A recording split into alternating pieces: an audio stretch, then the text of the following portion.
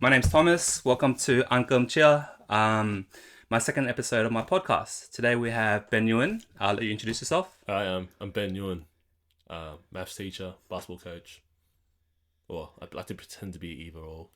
So math teacher and basketball coach.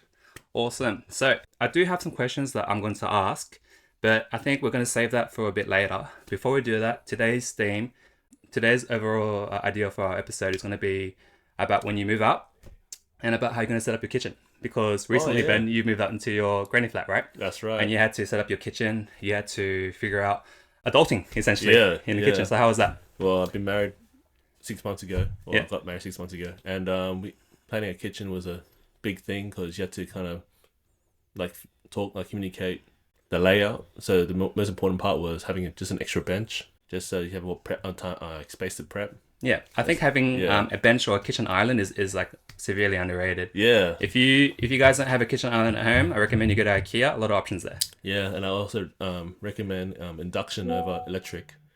Electric was it takes a long time to even boil water. Yep. Yeah, and but preferably get gas because you can't use a cast iron. Yeah. Yeah. You can still use cast iron on induction as well. Yeah, but it damages the ceramic. Really? Oh yeah. No, I haven't noticed on my one. Oh, I think if okay. you got good induction, you can still use cast iron. Okay. Yeah. Yeah, I think we need to have a science guest on the pod next to discuss around how the magnets work, all the science behind cooking and whatnot. Yeah, that's right. Yeah, when you first moved out, I moved out with my wife at the time. I think a couple of years ago. We raided everything that was from my parents' kitchen first. I think the most important things I got out was my cast iron pan, two fry pans, a 20 centimeter, a 30 centimeter, and several size stock pots. So I got a 2, 1.5, 5, 10, and a 20. Wow. Yeah. Yeah, that's a lot, man. So that's my pots and pans. What pots and pans do you have I for think I your? got the same. Yeah. I just at the time we just came back from our honeymoon, after a month away, and we just needed to move in ASAP. So we just got anything that we saw at Costco. But over time, we bought new things. Like I got a stainless steel fry pan now to just spice it up when I want to sear my steaks. Yeah. My favorite kitchen purchase has been my knives. Actually, Yeah. like a sharp knife goes a long way. Yeah. What brand were your knives? Barracat, but it was like one of those Japanese ones. Yeah, I've seen Yeah. the Barracat. It's from if you guys have been to any shopping center, you go to those home. It's called a home store. And they're always shutting down, right? Yeah, And it's they're like always 80% shutting off. Yeah, if you're good, if you're lucky, Facebook Marketplace. Yeah. Obviously, Yeah. marketplace everything. I think it's Baccarat. I think the Baccarat style knives, they're very good when you first start out because it has everything you need. Yeah. So people actually ask me all the time what utensils they need before they move out. I think for knives, I recommend a chef's knife, so 20 centimeters or so. Get a good quality one because that will be your main driver. Yeah.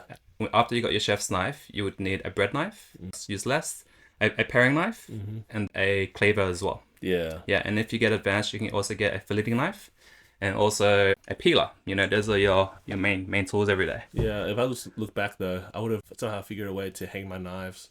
Yes, Like a magnet. I Yeah. agree. Yeah. So if you just store your knives in your drawer or on itself, right, you guys will find that your knife will chip. They will dull a lot more often than Yeah. as opposed to if you were to hang it magnetically. Yeah. Or a lot of chefs, they have this leather bag where they roll it up as well.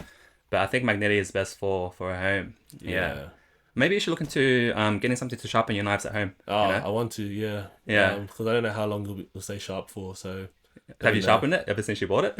I mean, it's been so good. I didn't have to. Right. Yeah. All right. Okay. Bring it over next time, and then I'll teach you how to Hey, sharpen that'd be good. on whetstones. So we'll talk about knives, about pots and pans, about stoves. So the next thing you would fill out when you move out is your pantry items. Yeah. Yeah. So one of our colleagues actually gave Ben a bunch of pantry Yeah, items. Yeah. yeah. So would you say what she gave you? Seasoning sauce, or was it like the yellow one? I forgot what it's called. Nước tương, No, no. Nước tương is so broad. Yeah. No, it's no nước tương. The brand is right. no. Okay. Yeah, Knorr or I've got the Knorr. low sodium one. Yeah. Sesame oil, olive oil, and yeah, just the main basics, and it was Yeah.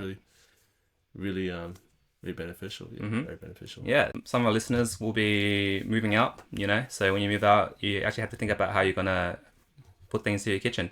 So marketplace first if you can. Raid your parents, anything secondhand if you can before you buy new. And if you were to buy a retailer, recommend IKEA. IKEA is like very good quality for the price as it is. Yeah, or just wait for those Myers or David Jones Boxing Day sales. Yeah. I think your next big purchase for a knife is gonna get a carbon steel Japanese knife. I want one of those. Yeah, I want to drop like several $100 on one. Wow. But then you have to look after it like a cast iron pan as well. So you got to oil it, keep it dry. Actually, my next purchase probably be like a decent size cast iron pan that is like in like a Goldilocks, the one in the middle. Not too big, not decent too small. Size one, I screwed up two times. But one too small, and I had to live with it. I think the best thing in the kitchen though is a dishwasher. Oh, right? Yeah. Yeah, so you can't just be Asian and be like, this is the dishwasher. You need a real dishwasher, right? It's such a debate. I've just had to bring it up with my friends. They told me like, don't be lazy, do it yourself. No, bro, time is money, man. You're gonna need to find things to take the time. I agree with that. So we're gonna move on to our questions for Ben that I ask every guest. So I like to do a deep dive onto getting to know my guests better. What's your favorite childhood meal? Ooh, I actually don't know. My mum was a good chef, just not at pho. But I think I have to say bung reel. Bung reel is my favorite. Ooh, bung reel. Did you have with the crab and meatballs as well? Well, my mum always brought waited until crab wasn't served. I would be like. Oh, so she made fresh crab. Yeah. Wow, that's fancy. I just get the crab from the tin.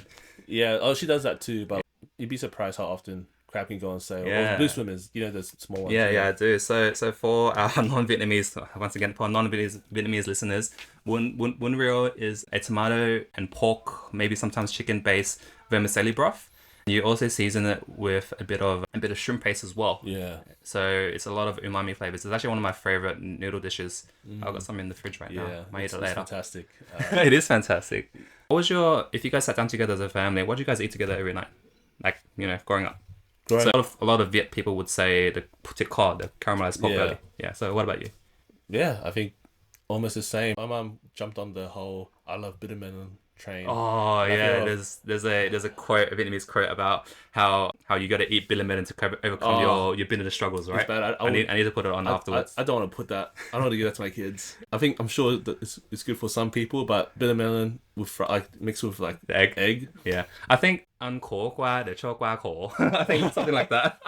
I probably butchered it. Right, bitter melon. Something different, man. But it's good when it's soup and there's stuffing in it. I can't do it as egg. Nah. I feel like every Vietnamese person I invite on will say the thịt kho, caramelized pork belly. Yeah. So what was the last meal that you cooked? Like a baked reverse sear tomahawk steak from Costco. On the steaks. So I've actually taught a few boys how to jump on the steaks.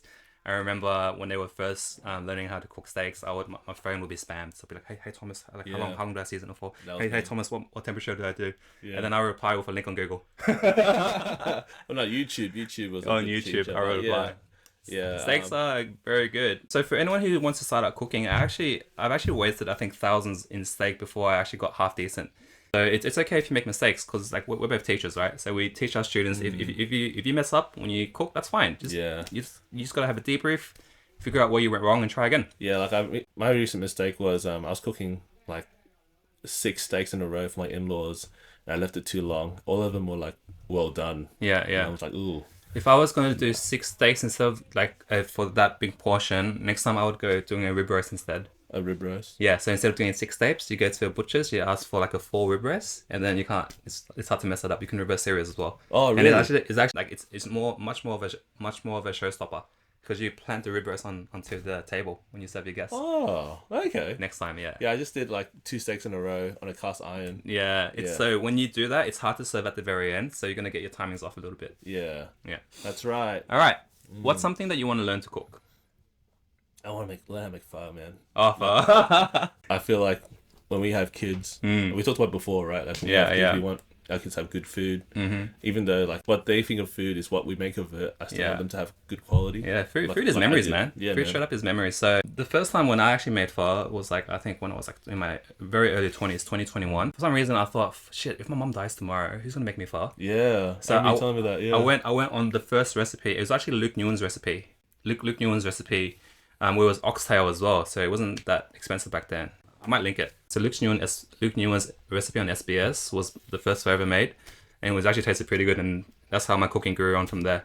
Yeah. I want to make hopefully close to your quality. That looks good. And hodil sao. Okay, yeah, that's Yeah. good. You gotta start small. I think doing pho might be pretty hard. So I Yeah. think start small with Deal. with pho ga. Pho ga is easier because Yeah. less time. Or you can do like a bun ryo as well Yeah. instead. I So would do pho, because yeah, they take less effort than like a beef pho. Beef pho is like a very big commitment, Yeah. especially now because it's expensive as well. Are you good with the wok? Oh, what? Are Sorry, you good with the wok? I'm okay for wok. Yeah, I'm okay. Okay.